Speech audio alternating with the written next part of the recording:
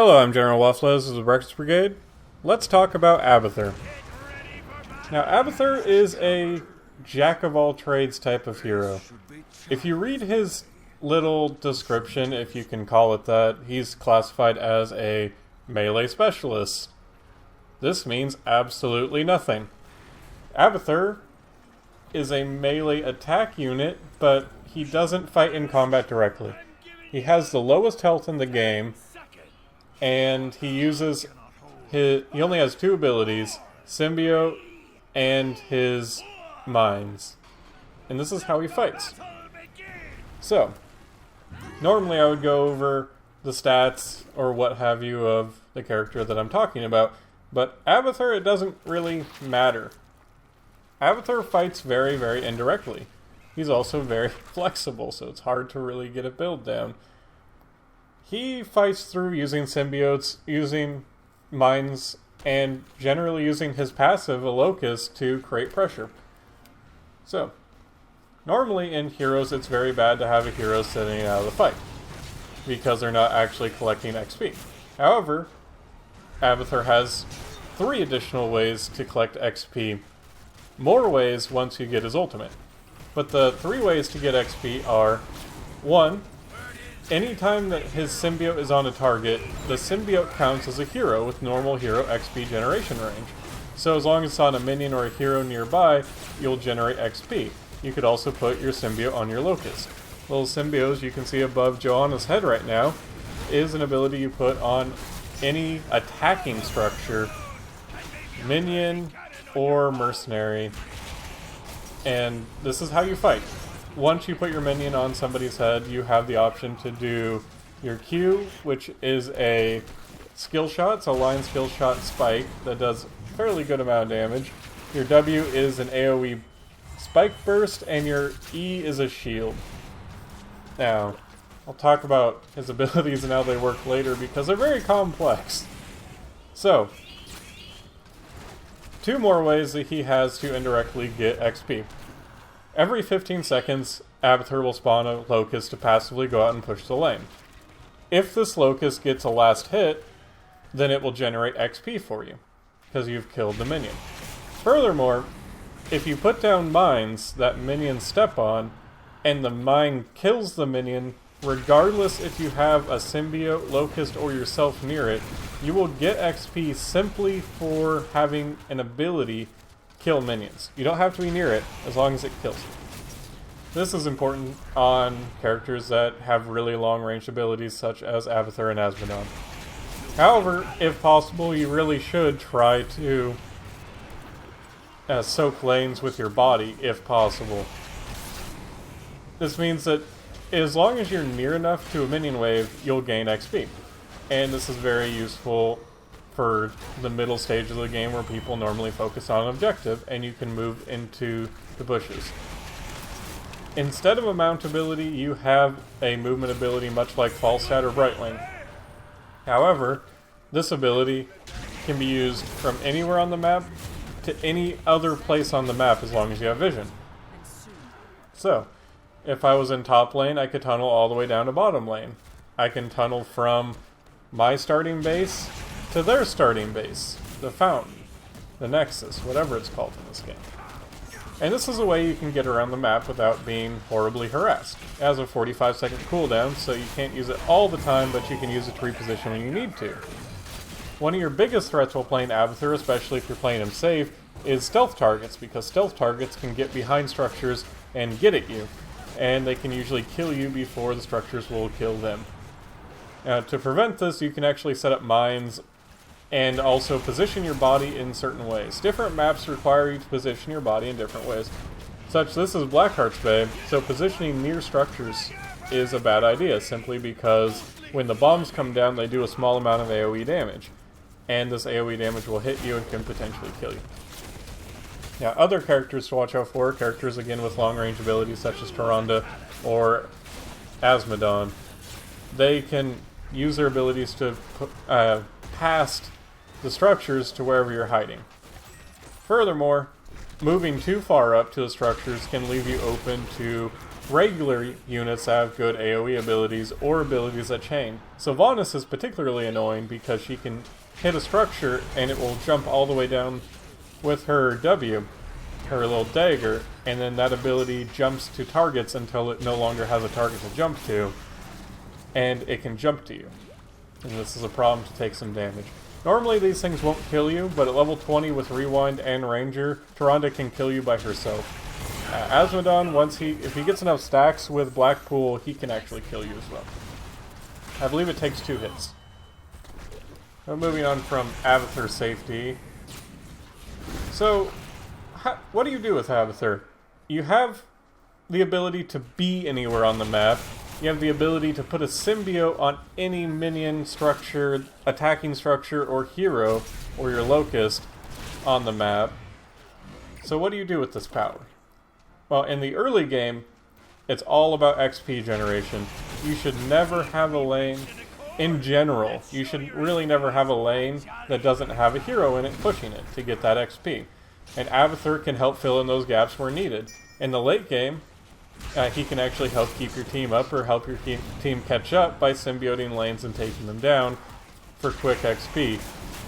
You can also use your mines to, if your opponent's left a lane unattended, your locust will be able to push a lane to the towers and start draining them. You may also use your mines in front of the enemy's towers, and it will take up 2 hits in the early game from each tower because of the way that they shoot. Because they'll both shoot and then they'll overkill it. This way you can drain towers very, very fast. You can also use the mines to protect your allied heroes when they want to go in for a dive. If they were diving somebody under towers or under a fort, putting mines in front of it will make the fort target those mines over the heroes. They count as minions as far as priority goes.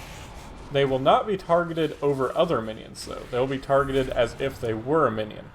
So putting it in front of the minion wave will cause them to be shot at, where putting your mines after the minion wave is already pushed up will have them not be shot at.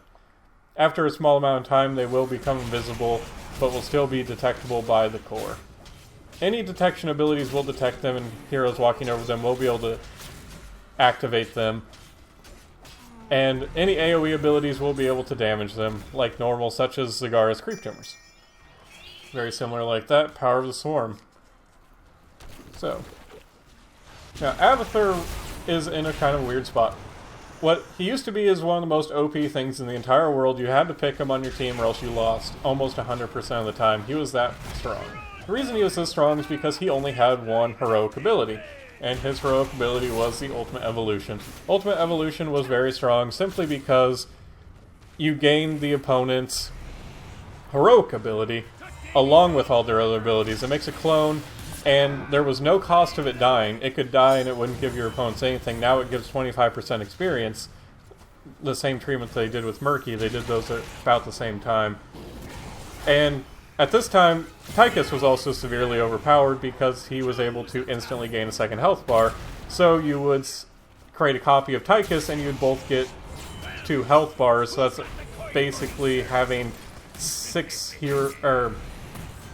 heroes in a fight, if you want to think about it with just health bars. It was pretty insane. There was a lot of different... It didn't really have to be that specific combo. You could do it with Vala, because she was very powerful at the time, along with other heroes. Then he got a second ultimate, the Monstrosity, and it's been through a series of changes to get to where it is now, and it's a very good way to push lanes in the early to late game. If it goes unintended, you can keep it alive and get the stacks up. You can actually drag it into team fights and have it to considerable amounts of damage. You can build strictly to build up your Monstrosity and make it very strong and a very imposing presence in team fights, though it is still a very good split pushing tool. You can control it with the symbiote on it, as I said, but if you do not have the symbiote on it, then you will just have to let it push itself, which can be dangerous since the Monstrosity moves slightly faster than the minion wave. So always be in front and getting those turret hits unless you control it otherwise. Anytime they release control of it, then it immediately pushes whatever lane is closest. So right now, the big thing that Abathur is used for is Synergy. He doesn't really have a big place in the meta right now. It's coming to a point where he's becoming more viable, but what he does, a lot of other heroes do better, and they do other things, because before, not a lot of people had wave clear. Wave clear was strictly on people like Gazlowe. Gazlowe was phenomenal at controlling lanes like that. Murky was phenomenal at pushing lanes as he is now. And now we have people like Leoric and Rexar and Johanna, among others, that can do this job of pushing those lanes and still be very effective in other ways. Jane is a very good example of this, of being able to clear entire minion waves almost instantly, but also being a big presence in fights. So people normally use him for the synergy. One of the big synergy pieces that he has is the level 4 talent Adrenal Overload. This increases the attack speed of a symbiote target by 25%. This is important for any auto attack speed heroes, such as Raynor or Vala, but Illidan in specific was the golden child when it came to this, because Illidan, when his auto attacks reduce his cooldowns, so you reduce his cooldowns by 25%, effectively. In the world of cloning with the Ultimate Evolution, then cloning somebody like Jaina is phenomenal because of her passive giving you gain her passive as well as her abilities. Though you don't gain the talents, being able to always have people chilled is very effective. Now another strategy that is still in play somewhat today, and you can see in this video with all these locusts pushing down this fort, people would pick up the ranged locusts and put their mines behind the fort, and it was able to push down forts without getting to range. It's now been nerfed so that ranged locusts have to be in range, in the tower attack range. So they cannot split pushes effectively, but this is still a very effective option. When you're playing Abathur, there's a lot of different things that you can do and how to improve your play, or how to change your play depending on your team. You can choose the shield route, and choosing things like Regenerative Microbes, Sustain Carapace, Network Carapace. What this does is puts shields on all the minions around, so you continually go around all the minion waves and put shields on them, and then they auto-push. It's very hard if they don't have anybody with good wave clear, but as I said, there's a lot more heroes now with wave clear, and it's been an indirect nerf to Abathur. Another route you can go is more of a team fight route, where you have Ultimate Evolution, and you have things like Adrenal Overload. Your shield can speed up with Adrenal Boost to level 16, and this way you can be a big presence in team fights. However, the most popular at this time is to do somewhat of a hybrid, where you want good pushing in your Locust, and you want the Monstrosity to do that pushing, but you don't want to give up your teamfight presence completely. So most of the pushing that you do is a lot more passive than what you would do in the shield build, and a lot of the things you do are set it and forget it. Locust Brood is still very commonly picked over the Bombard strain is more commonly picked over the Assault strain to give you that ranged attack over the Cleave and the Explode. And Locust Brood is very common to just split push structures. Hive Mind has been improved significantly to be an actual viable talent, and I would have hoped that would have made Abathur strong again, but it did not. So Abathur is a very good hero, but he does not excel at all maps like most heroes. His good maps are maps that are really big and objective focused, because this keeps the pressure off him considerably.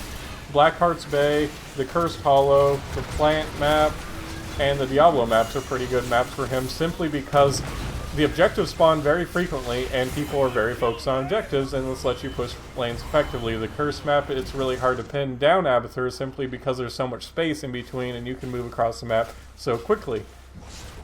On maps like maps like the Diablo map, the objective spawns very, very soon, and there's not too much that the team can really do to stop you unless they want to give up the objectives. So those types of maps are pretty good. This map, in particular, the Blackheart's Bay, is very good for the same reason of everybody focusing on objective. Now, the bad maps are maps that are small and people staying grouped or spread out. Maps like the Spider map are abysmal for Abathur, simply because there's always going to be people in lanes, and your split pushing will result in almost nothing, and pushing lanes is the exact purpose of the map, and you can't pick up the objective with Abathur. The Dragonshire map is a surprising one that Abathur is fairly bad at, simply because people are normally spread out, and it's really hard to kind of get some breathing room for putting your body somewhere and getting your pushes gone. The Cursed Mines is also a dreadful, dreadful map. There I died doing what you always should try to do if you're kind of a dick, is doing the Abathur BM, where you need to tunnel up and attack their core with your melee attacks. Now, even though Abathur is not much of a fighter, I will finish it by saying that you can, in fact, take mercenary camps with him. How you do this is that you take Assault Strain level 13 instead of Bombard Strain, because this gives your Locusts to cleave and explode on death. And then you pick up Locust Brood. You tunnel over to a minion camp, and you auto-attack it once, cast your Assault Strain, your Locust Brood, and this puts out Locusts and you can kill the camp by yourself. Anyway, Abathur is a very complex hero. I would urge you to give it a try. He's very fun, very high skill cap. You get rewarded the more you play him, the more you understand the matchups and the hero. It's too much to talk about all in one video, but I think I covered the basics. Anyway, that's going to be it for this video. Till next time.